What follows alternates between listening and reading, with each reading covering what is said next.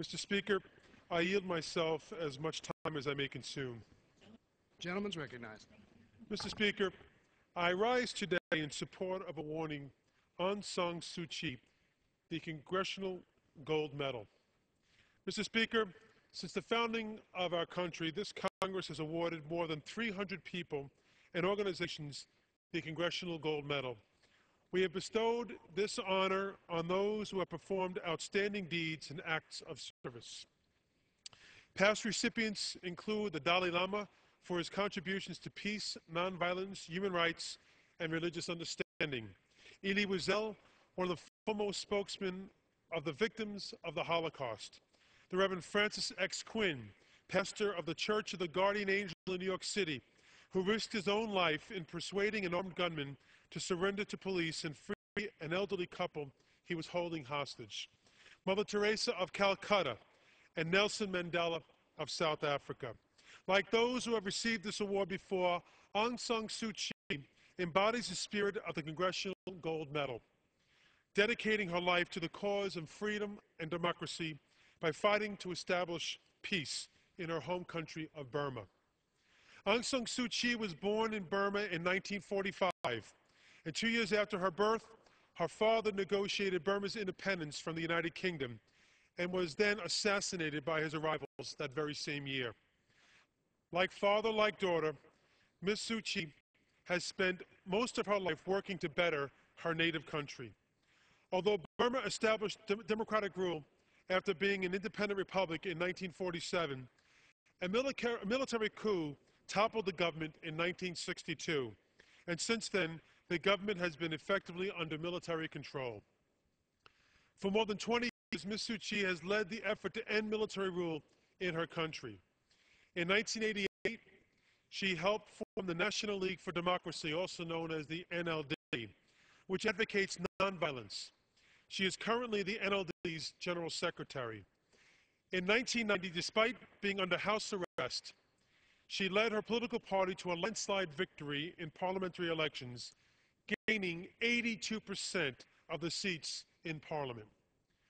The military junta snubbed the will of the Burmese people by nullifying the results of the election and subsequently ruling with an iron fist. Throughout her political career, Ong San Su Chi has been in and out of house arrest, but this has only solidified her determination to secure democracy for the people of Burma. And when offered the chance to leave the country and live in exile, she said no, choosing instead to stand with her fellow citizens of Burma. In August, her struggles and the struggles of the Burmese people were thrust onto the international stage when pictures of monks protesting the military junta were shown all over the world.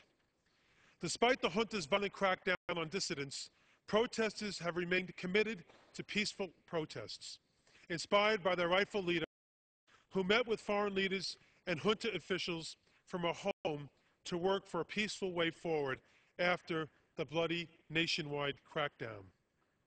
Their efforts prompted new calls for democracy within the global community. The United Nations Secretary was outspoken in calling on the junta to allow for democracy to take place in Burma. And First Lady Laura Bush continues to make public statements in support of the democratic movement in Burma. And we are all grateful to the First Lady's efforts in trying to bring about democratization within Burma. Yet the nation is still under military control, and Aung San Suu Kyi's fight for democratic rule continues. Burma is a nation in the heart of Southeast Asia. It is bordered by China, Laos, Thailand, Bangladesh, and India. In a region that is working to establish firm stability, Burma is a cancer whose main exports are illegal drugs, diseases like HIV and AIDS, and refugees pouring into neighboring countries. The people of Burma and Southeast Asia deserve to live in a stable and thriving region. That is why the United States must continue to support efforts to establish peace and democratic rule in Burma. And it is my hope that by honoring Aung San Suu Kyi with the Congressional Gold Medal, we will continue to pressure the junta to release her and bring freedom and democracy to the people of Burma. Ong San Su Chi's work on behalf of the Burmese people has already been recognized by many on the international stage. She has won over 60 international awards, including the Sakharov Prize for Freedom of Thought from the European Union, the Presidential Medal of Freedom in the United States, and the Nobel Peace Prize. She is also the world's only imprisoned Nobel Peace Prize recipient, spending more than 12 of the last 17 years under house arrest. Aung San Suu Kyi and the people of Burma are leading a courageous, nonviolent struggle for human rights and democracy, values we share as Americans. Her passionate, nonviolent approach and commitment to a free, democratic Burma has won the hearts and minds of the people of Burma, and I dare say the rest of the free world. Today, I believe we should show her and the rest of the world that she is also in the hearts and minds of the members of the U.S. Congress. A number of my colleagues deserve special thanks for helping me bring this message to the floor today, including my good friend from Illinois, Mr. Manzullo, for working with me to make this a bipartisan measure. Also, Majority Leader Steny Hoyer and Financial Services Committee Chairman Barney Frank and Ranking Member Buckus deserve my thanks and our thanks for helping to ensure speedy consideration of the bill. Additionally, at the staff level, I want to thank Nian Su, Joe Pinder, Jonathan Obi, and Greg Shywitz from my staff for their help. I thank you, Mr. Speaker, and with that, I reserve the balance of my time.